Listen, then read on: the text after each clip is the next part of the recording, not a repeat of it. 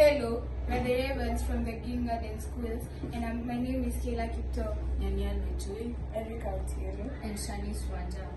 And our business idea is all about establishing a solar-powered water purification in kiosks.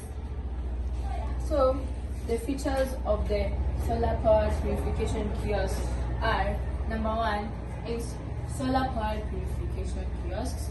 Number 2, advanced filtration technology. Number 3, water dispensing units.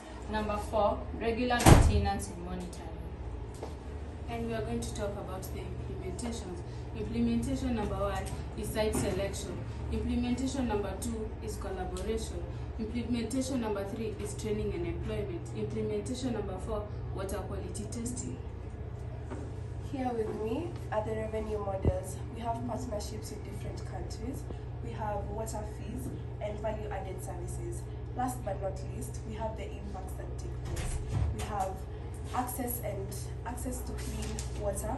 There is partnerships with different companies, and last but not least, we have using of solar energy. Thank you.